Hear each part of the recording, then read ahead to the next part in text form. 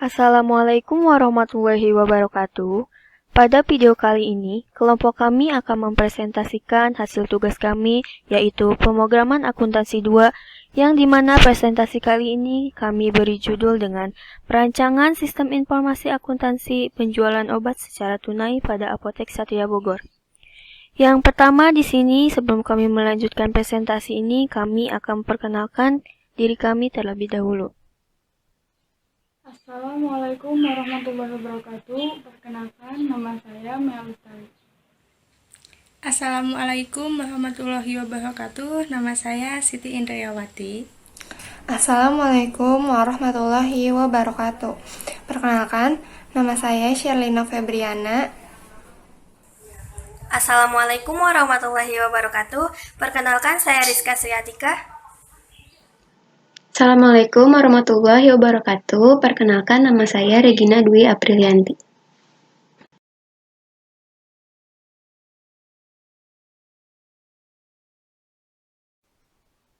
Poin-poin yang akan saya bahas atau yang saya akan jelaskan diantaranya yaitu ruang lingkup, metode pengumpulan data, metode pengembangan software, konsep dasar sistem, SDLC atau System Development Life Cycle, use case diagram, activity diagram, IRD, serta LRS. Yang pertama di sini ada ruang lingkup. Masalah yang akan kami bahas di sini yaitu mengenai sistem penjualan tunai pada Apotek Satria Bogor, yaitu mulai dari prosedur transaksi pemesanan, prosedur pembayaran, prosedur pencatatan, sampai dengan prosedur pembuatan laporan penjualan yang kemudian akan diserahkan kepada pemilik perusahaan dalam periode setiap bulan. Kemudian di sini yang kedua yaitu metode pengumpulan data. Pada kali ini, kelompok kami melakukan riset dengan menggunakan 3 metode pengumpulan data.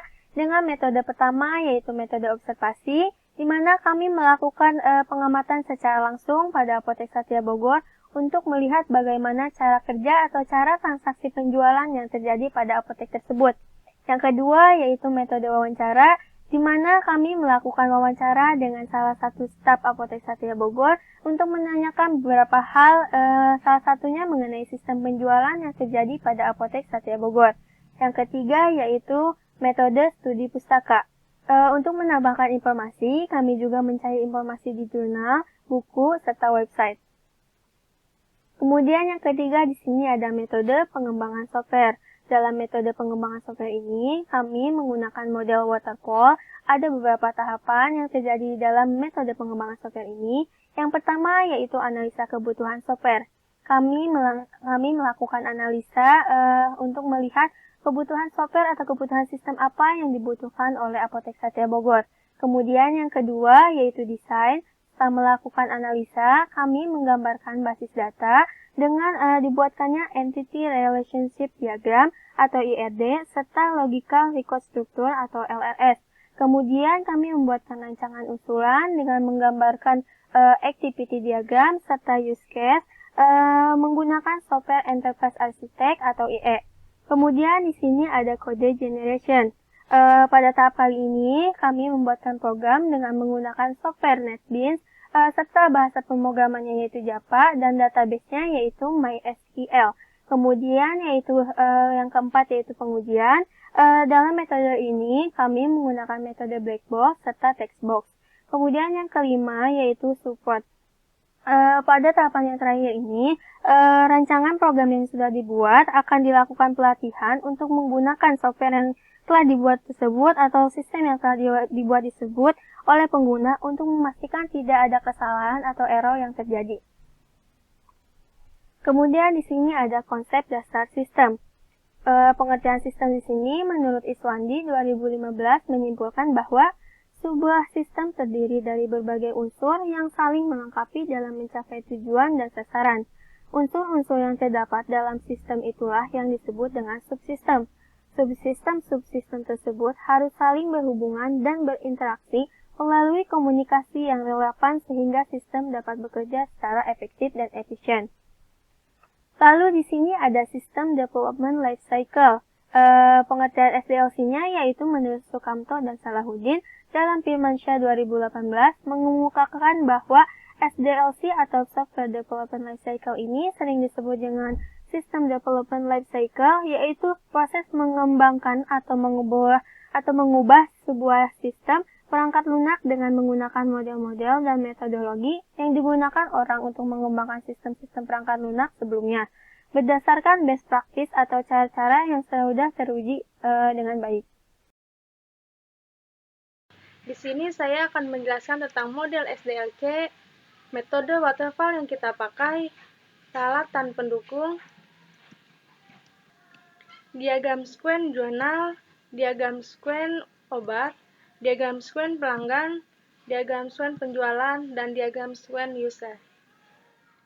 Model SDLC, ada 5 model SDLC. Yang pertama yaitu metode waterfall, metode perpetual, metode LAD, metode iteratif, dan metode spiral. Di sini yang kita pakai yaitu metode waterfall. Metode waterfall. Menurut Sagita dan Sugiharto 2016, model SDLC ayah terjun atau waterfall atau sequential linear atau alur hidup klasik life cycle. Ada 5 tahapan pada metode waterfall ini. Yang pertama yaitu analisis kebutuhan perangkat lunak, yaitu proses pengumpulan kebutuhan dilakukan secara insentif untuk menspesifikasikan kebutuhan perangkat lunak agar dapat dipahami perangkat lunak seperti apa yang dibutuhkan. Yang kedua yaitu desain. Desain perangkat lunak adalah proses multilangkah yang fokus pada desain pembuatan program perangkat lunak seperti struktur data, arsitektur perangkat lunak, representasi antarmuka, dan prosedur pengkodean. Yang ketiga yaitu pembuatan kode program. Desain harus diterjemahkan ke dalam program perangkat lunak. Hasil dari tahap ini adalah program komputer sesuai dengan desain yang telah dibuat pada tahap desain.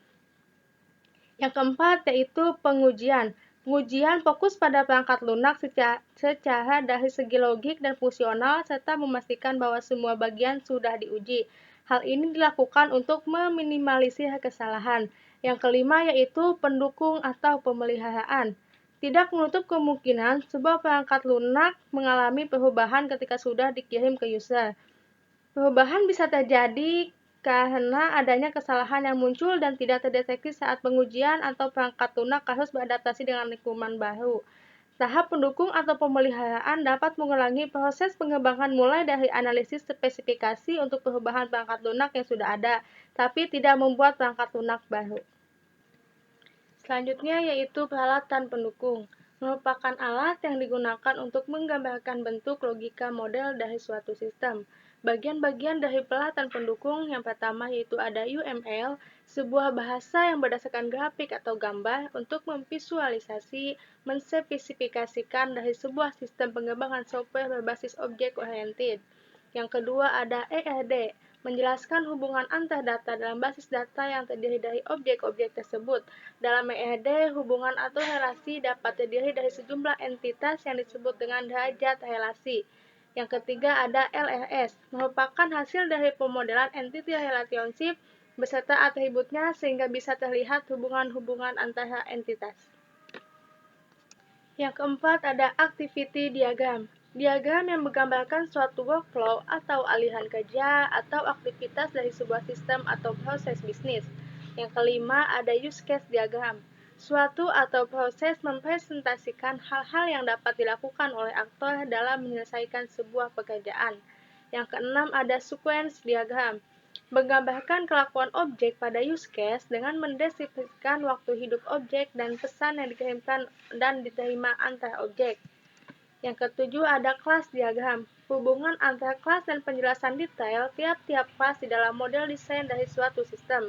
Selanjutnya ada deployment diagram, digunakan untuk menggambarkan detail bagaimana komponen disusun di infrastruktur sistem.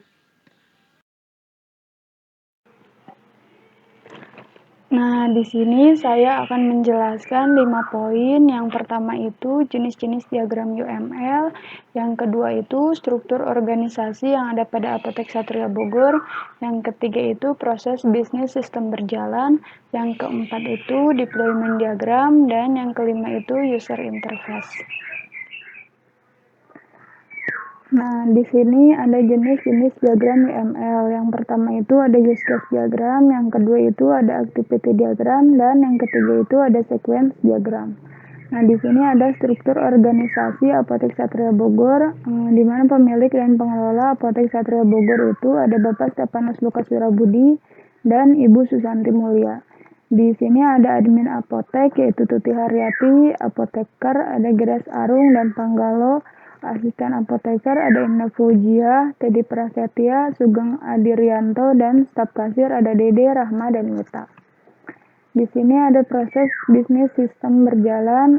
Kita menggunakan penggambaran agar lebih mudah. Di sini ada konsumen dan ini ada asisten apoteker. Konsumen datang ke apotek lalu melakukan pemesanan. Apabila konsumen melakukan pemesanan obat dengan menggunakan resep, maka asisten apoteker akan memeriksa daftar obat tersebut. Apabila konsumen memesan obat tidak menggunakan resep, maka asisten apoteker akan memeriksa daftar obat yang dibutuhkan oleh konsumen. Nah, apabila obat tersebut tidak tersedia, maka asisten apoteker akan mengkonfirmasi kepada konsumen. Konsumen dapat membatalkan atau melakukan pemesanan kembali dengan obat yang sejenis atau yang lainnya. Apabila obat tersebut tersedia, maka asisten apoteker akan memberikan obat tersebut dan membuat nota, lalu mencatat transaksi harian, lalu memberikan nota tersebut kepada konsumen, dan konsumen akan membayar kepada asisten apoteker, lalu asisten apoteker akan menerima pembayaran. Nah, setelah asisten apoteker menerima pembayaran, maka asisten apoteker akan membuat laporan penjualan bulanan dari catatan transaksi harian penjualan. Lalu, asisten apoteker akan menyerahkan laporan penjualan bulanan tersebut kepada pemilik dan pemilik akan menerima laporan penjualan bulanan tersebut, lalu memeriksa laporan penjualan bulanan tersebut. Apabila laporan penjualan bulanan tersebut tidak sesuai, maka akan dikembalikan kepada asisten apoteker dan asisten apoteker akan merevisi laporan penjualan bulanan tersebut dan menyerahkan kembali kepada pemilik. Apabila laporan penjualan bulanan tersebut sudah benar, maka pemilik akan menyimpan laporan penjualan bulanan tersebut.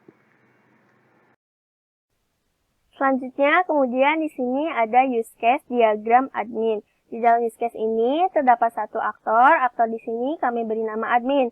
Admin dapat mengakses menu utama, namun admin harus melakukan login terlebih dahulu. Setelah melakukan login, admin dapat mengakses menu-menu yang berada di dalam menu utama. Salah satunya di sini ada menu file. Di dalam menu file ini, admin dapat melakukan logout serta dapat melakukan exit. Yang kedua, di sini ada menu data master. Admin dapat mengolah data obat-obatan, data pelanggan, dan mengolah data akun serta mengolah data user. Yang ketiga, di sini ada menu transaksi. Admin dapat mengolah data penjualan serta dapat mengolah data jurnal. Lalu kemudian yang terakhir di sini ada menu laporan. Admin dapat mengakses data laporan penjualan harian serta mengakses laporan penjualan bulanan. Lalu ada activity diagram. Di dalam activity diagram ini terdapat 3 timeline. Yang pertama yaitu ada pelanggan, asisten apoteker, serta pemilik. Dimulai dari start, lalu ada activity yang dilakukan oleh pelanggan yang melakukan pemesanan, kemudian asisten apoteker akan menerima pemesanan, lalu melakukan pengecekan barang ada atau tidaknya. Apabila barang tidak ada, asisten apoteker akan memberikan konfirmasi bahwa barang tidak ada kepada pelanggan. Apabila barang ada, asisten apoteker akan membuatkan nota, lalu menyerahkan obat serta menyerahkan nota kepada pelanggan. Pelanggan akan menerima obat dan nota dan melakukan pembayaran, serta memberikan bukti pembayaran kepada asisten apoteker.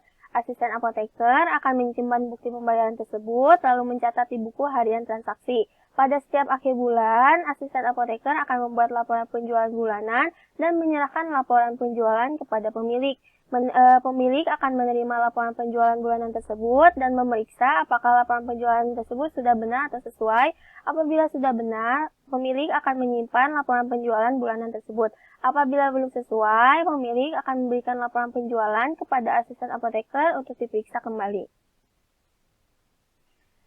Kemudian ada activity diagram user. Di dalam activity diagram user terdapat 2 timeline. Yang pertama ada admin, yang kedua lalu ada sistem. Dimulai dari start, admin akan memilih data user, lalu sistem akan menampilkan form data user dan memberikan pilihan admin akan menentukan pilihan. Salah satunya adalah tambah, hapus, serta keluar. Contoh, admin akan memilih tambah, kemudian akan muncul form. Di sini adalah formnya akan muncul data user, kemudian admin akan menginputkan data-data user. Apabila input datanya sudah benar, maka admin dapat mengklik simpan, lalu sistem akan memprosesnya dan akan menyimpan data tersebut.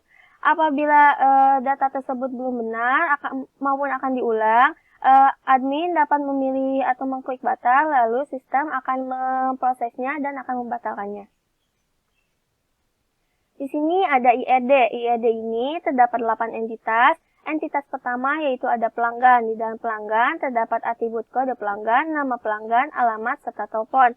Yang menjadi kuncinya adalah kode pelanggan. Kemudian ada transaksi penjualan, atributnya no trans, tanggal trans, total, kode barang. Yang menjadi kuncinya yaitu no trans. Kemudian ada detail jurnal. Di dalam detail jurnal terdapat atribut subtotal, quantity, no trans, serta kode obat. Yang menjadi kuncinya yaitu kode obat. Lalu ada obat di sini, atributnya adalah kode obat, harga, stok, serta nama obat. Yang menjadi kuncinya adalah kode obat. Kemudian ada entitas jurnal. Di dalam jurnal terdapat atribut no trans, tanggal jurnal, no jurnal, serta keterangan. Yang menjadi kuncinya adalah no jurnal. Kemudian ada detail jurnal. Di dalam detail jurnal terdapat atribut no jurnal, kode akun, debit, kredit. Yang menjadi kuncinya ada dua, yaitu no jurnal serta kode akun. Kemudian ada akun di sini, atributnya adalah kode akun, nama akun, serta jenis akun. Yang menjadi kuncinya adalah kode akun. Yang terakhir di sini ada user yang terpisah, atributnya adalah ID user serta password. Yang menjadi kuncinya adalah ID user. Kardinalitasnya yaitu dari pelanggan ke transaksi penjualan one to many, dari transaksi penjualan ke detail transaksi adalah one to many, dari detail transaksi ke obat many to one, dari transaksi penjualan ke jurnal adalah one to one, dari jurnal ke detail jurnal adalah one to many, lalu dari detail jurnal ke akun adalah many to one.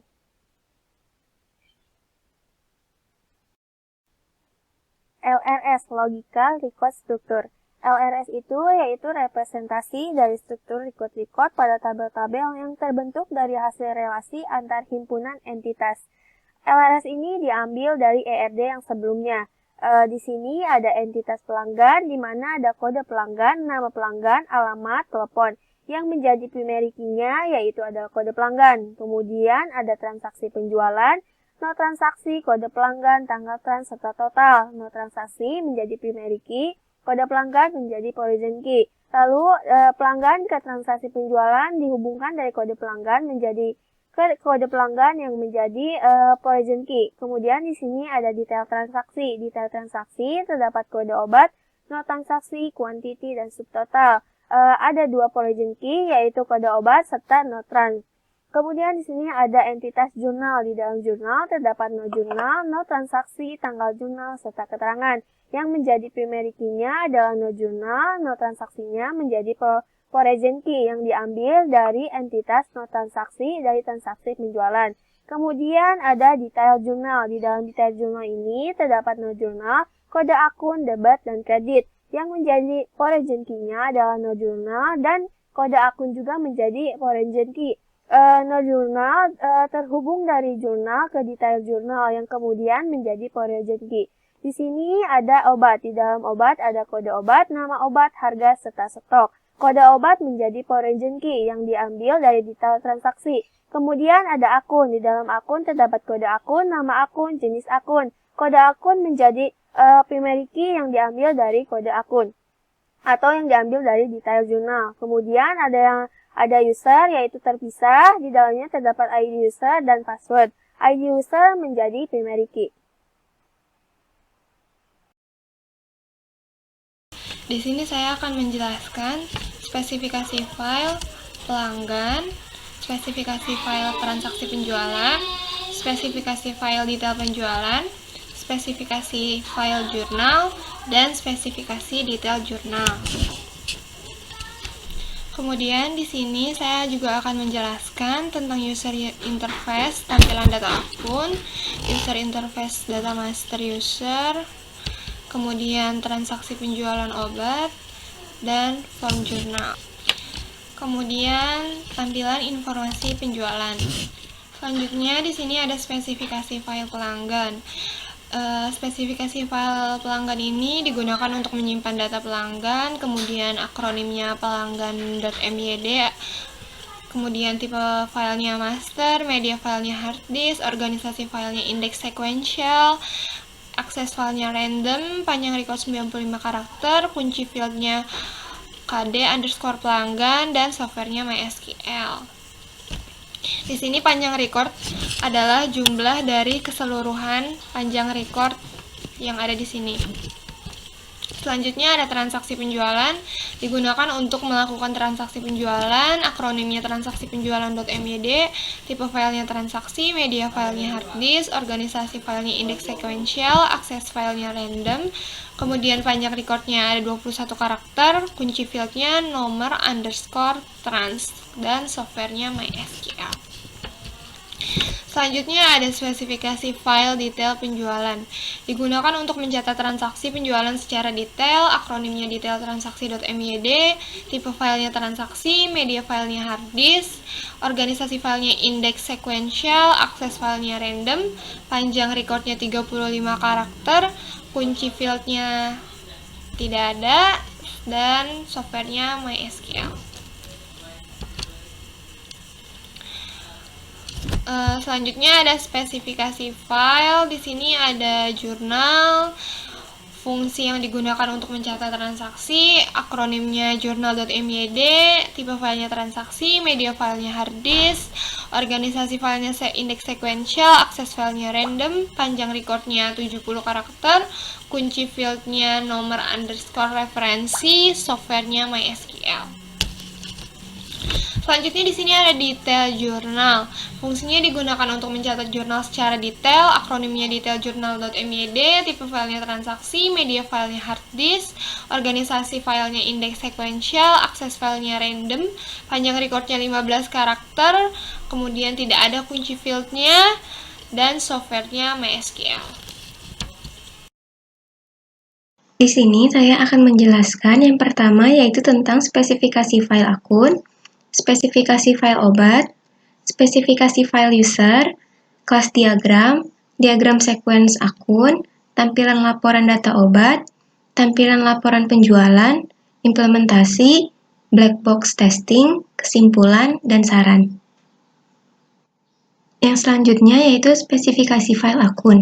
Fungsinya digunakan untuk mengelola data akun, akronimnya akun.myd, tipe filenya master, media filenya hard disk, organisasi filenya index sequential, akses filenya random, panjang recordnya 25 karakter, dengan kunci fieldnya yaitu kode akun. Software yang digunakan yaitu MySQL.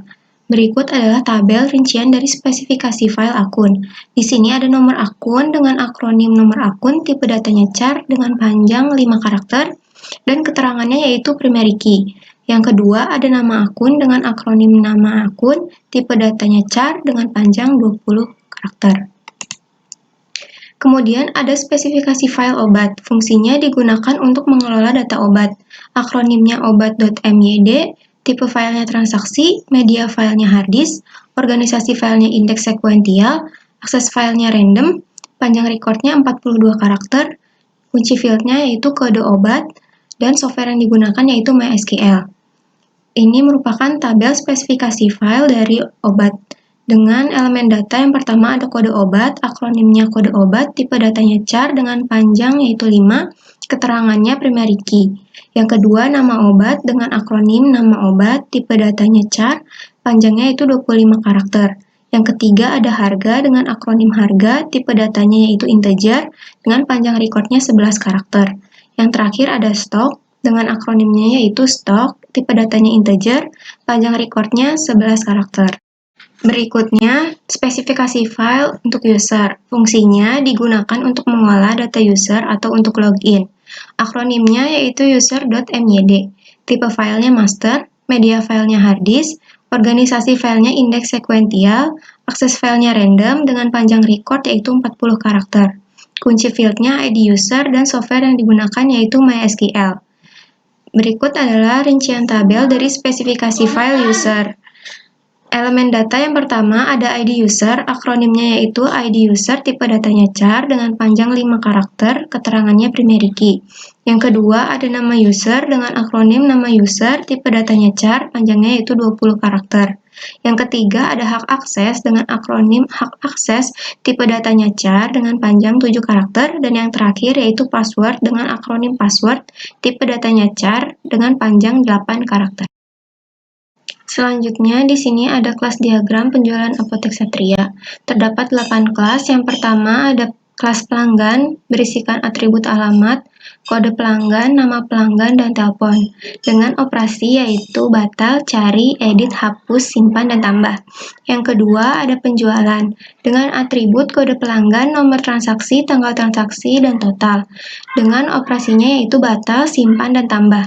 Yang ketiga ada detail penjualan, dengan atribut kode obat, nomor transaksi, kuantiti, dan subtotal.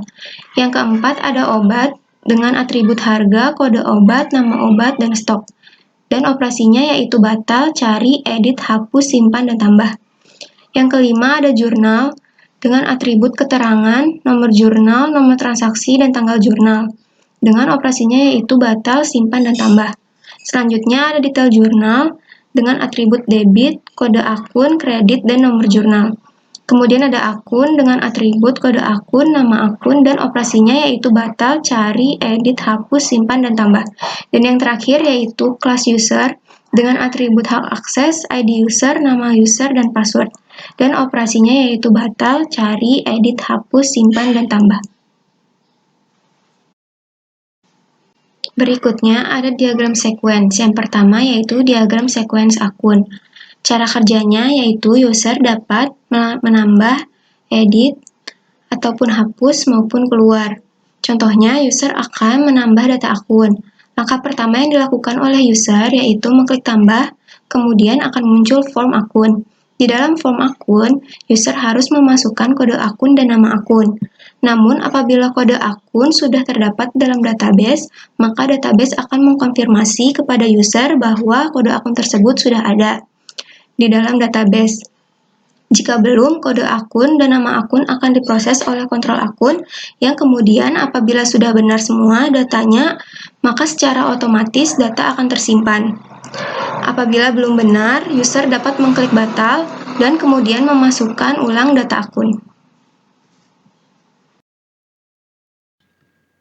Selanjutnya yaitu diagram sequence jurnal. Pada diagram sequence jurnal ini, user dapat menambah, menghapus, dan keluar. Contoh, user akan menambahkan data jurnal. Maka langkah pertama yang dilakukan oleh user adalah mengklik tambah, lalu kemudian akan muncul form jurnal. Di sini user harus memasukkan nomor jurnal, nomor transaksi, tanggal jurnal, dan keterangan. Namun, apabila nomor jurnal sudah terdapat di dalam database, maka database akan mengkonfirmasi kepada user bahwa nomor jurnal tersebut sudah ada di dalam database. Tapi jika belum, nomor jurnal, nomor transaksi, tanggal jurnal, dan keterangan akan diproses oleh kontrol jurnal yang kemudian apabila sudah benar semua database-nya, langsung disimpan di dalam database. Apabila belum benar dan akan mengulang kembali, maka user dapat mengklik batal dan memasukkan ulang data jurnal tersebut. Selanjutnya yaitu diagram sequence obat. Cara kerjanya sama kayak diagram sequence jurnal tadi. Di sini bedanya user dapat menambah, user dapat mengedit, menghapus, dan keluar. Selanjutnya yaitu diagram sequence pelanggan. Di sini juga user dapat menambah, mengedit, menghapus, dan keluar. Di sini ada diagram sequence penjualan. Sudah pasti cara kerjanya sama aja. Di sini juga user dapat menambah, user dapat menghapus, dan user dapat keluar. Selanjutnya yaitu diagram sequence user. Caranya masih sama aja ya. Jadi di sini user juga bisa menambah, bisa menghapus, dan keluar.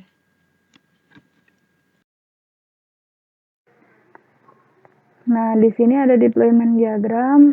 Cara kerja deployment diagram yaitu di sini berisi satu main, satu database, dan satu device, yang dimana main di sini berisi aplikasi Java yang diisi dengan database penjualan apotek yang kemudian akan terhubung atau teraplikasikan pada device penjualan apotek. Nah, di sini ada tampilan form login, merupakan form di mana user dapat memasukkan data berupa username dan password untuk bisa mengakses aplikasi. Nah, di sini ada tampilan menu utama. Tampilan di mana user dengan hak akses tertentu dapat mengakses menu utama seperti data master dan data transaksi dan lain-lain. Di sini nih ada tampilan data obat, merupakan form di mana user dapat memasukkan data seperti kode obat, nama obat, harga obat, dan stok obat. Di sini ada tampilan data pelanggan, merupakan form di mana user dapat memasukkan data-data pelanggan seperti kode pelanggan, nama pelanggan, alamat, dan telepon pelanggan. Selanjutnya di sini ada data master akun. Di data master akun ini terdapat nomor akun, nama akun, kemudian cari data akun. Di sini admin dapat menambahkan nomor akun dan nama akun, kemudian diklik simpan. Nah, data baru yang sudah disimpan ini otomatis akan bertambah ke daftar yang ada di bawahnya. Daftar di bawahnya ini ada aksi hapus dan edit. Kemudian, jika admin ingin mencari data akun lebih cepat, bisa mengetikkan nama akun di sini kemudian diklik cari. Selanjutnya ada data master user. Data master user juga perlakuannya sama seperti data akun sebelumnya. Di sini menambahkan ID user, nama user, hak akses, password, kemudian diklik simpan. Aksinya juga di sini ada hapus dan edit. Selanjutnya di sini ada transaksi penjualan obat. Nomor transaksi ini muncul secara otomatis. Kemudian tanggal penjualan dan obat yang akan dipilih ini apa, harga barangnya, jumlah pesan, subtotal, kemudian klik tambah. Di sini juga dalam transaksi kita bisa menambahkan data pelanggan. Data pelanggannya ini bisa diambil dari data master pelanggan. Kemudian ada data obat yang untuk dijual. Di sini ada total jumlah barang dipesan, total bayar, kemudian bisa diproses atau di-cancel. Di sini selanjutnya ada form jurnal. Form jurnal ini nomor referensinya otomatis, kemudian ada tanggal transaksi, ada nomor bukti transaksi, ada keterangan. Selanjutnya kita mengisikan jurnal yang ada di bawahnya, ada kode akun dan nama akun. Bisa diisikan nominalnya secara langsung di debit atau kredit, kemudian diklik simpan. Selanjutnya di sini ada informasi penjualan. Informasi penjualan ini berisikan nomor transaksi, tanggal penjualan, total, dan kode pelanggan. Informasi penjualan ini didapatkan dari transaksi penjualan yang selanjutnya sudah dilakukan. Yang berikutnya yaitu tampilan data obat yang berisikan kode obat, nama obat, harga obat, dan stok obat. Kemudian ada tampilan laporan penjualan yang berisi kode obat, kuantiti, subtotal, nama obat, tanggal penjualan, total, dan kode pelanggan, dan PJ 00001 sebagai nomor penjualan. Laporan penjualan ini berasal dari transaksi penjualan. Berikutnya yaitu implementasi. Yang pertama ada code generation, yaitu bahasa pemrograman yang digunakan PHP dan database MySQL, di mana untuk menerapkan aplikasi transaksi penyewaan online pada Apotik Satria Bogor. Teknik pemrograman yang digunakan adalah teknik pemrograman yang berbasis terstruktur. Yang kedua ada testing. Pada tahap pengujian ini, penulis menggunakan pendekatan pengujian validasi dengan menggunakan black box testing atau pengujian kotak hitam yang berfokus pada persyaratan fungsional dari sistem yang dibangun. Untuk kode generation-nya, di sini kami membuat database dengan nama penjualan_apotek yang berisikan tabel-tabel yaitu akun, detail penjualan, jurnal, jurnal detail, obat, pelanggan, penjualan sementara, dan user. Selanjutnya di sini kami membuat project dengan nama penjualan_apotek. Pada webpage terdapat folder. Yang pertama ada folder config yang berisi autocode untuk penomoran otomatis. Kemudian ada setting JS untuk metode fungsi validasi. Kemudian ada style CSS untuk tampilan pada website kami. Kemudian ada folder image, ada folder laporan. Selanjutnya di sini ada akun.jsp. Ini codingannya seperti ini. Ada page import, kontrol koneksi. Kontrol itu package-nya, koneksi itu kelasnya. Kemudian ada page import java.sql.bintang. Kemudian di sini ada untuk tag HTML-nya, ada script function-nya, validasi input akun, kemudian form action-nya akun servlet, metodenya post.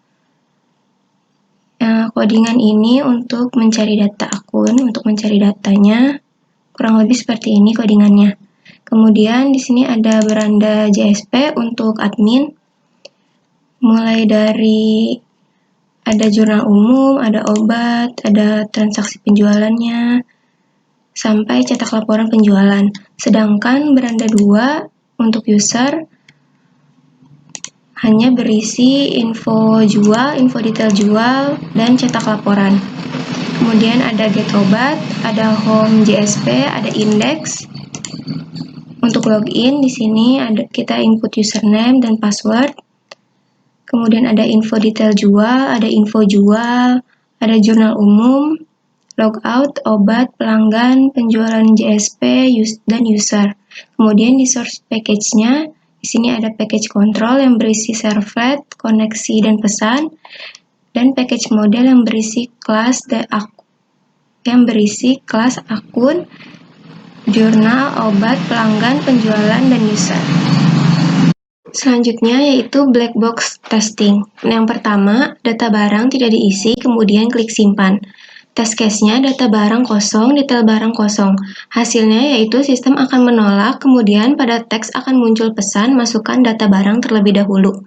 Hasil pengujiannya sesuai harapan, kesimpulannya valid.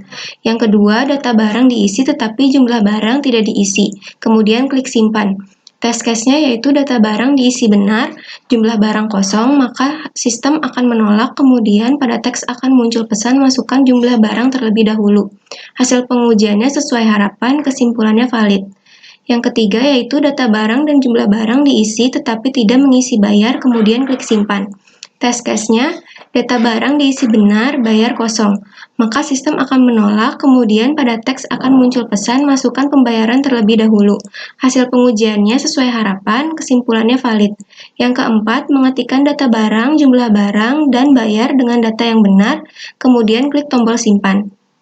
Test case-nya data barang diisi benar, jumlah barang diisi benar, detail barang otomatis benar, bayar diisi benar. Maka hasilnya yaitu sistem menerima akses simpan dan kemudian langsung menampilkan bukti transaksi. Hasil pengujiannya sesuai harapan, kesimpulannya valid. Kesimpulan yang dapat kita ambil dari presentasi ini yang pertama yaitu aspek manajerial dalam pembuatan laporan dapat memudahkan karyawan untuk mengelola laporan karena sudah terkomputerisasi dan secara online. Yang kedua, aspek sistem komputer dalam proses penjualan dan transaksi penjualan sudah menggunakan media komputer untuk mempermudah kasir melakukan transaksi dan mempermudah bagian keuangan untuk mengecek laporan yang ada di sistem tersebut. Kemudian, sarannya dari pembahasan tersebut, penulis mencoba memberikan beberapa saran sebagai alternatif pemikiran dengan harapan agar lebih dapat meningkatkan kualitas dalam penggunaan website ini. Adapun saran-saran tersebut adalah aspek manajerial yaitu pemilik apotek dan para karyawannya terus melakukan pembaharuan atau inovasi untuk meningkatkan kualitas website.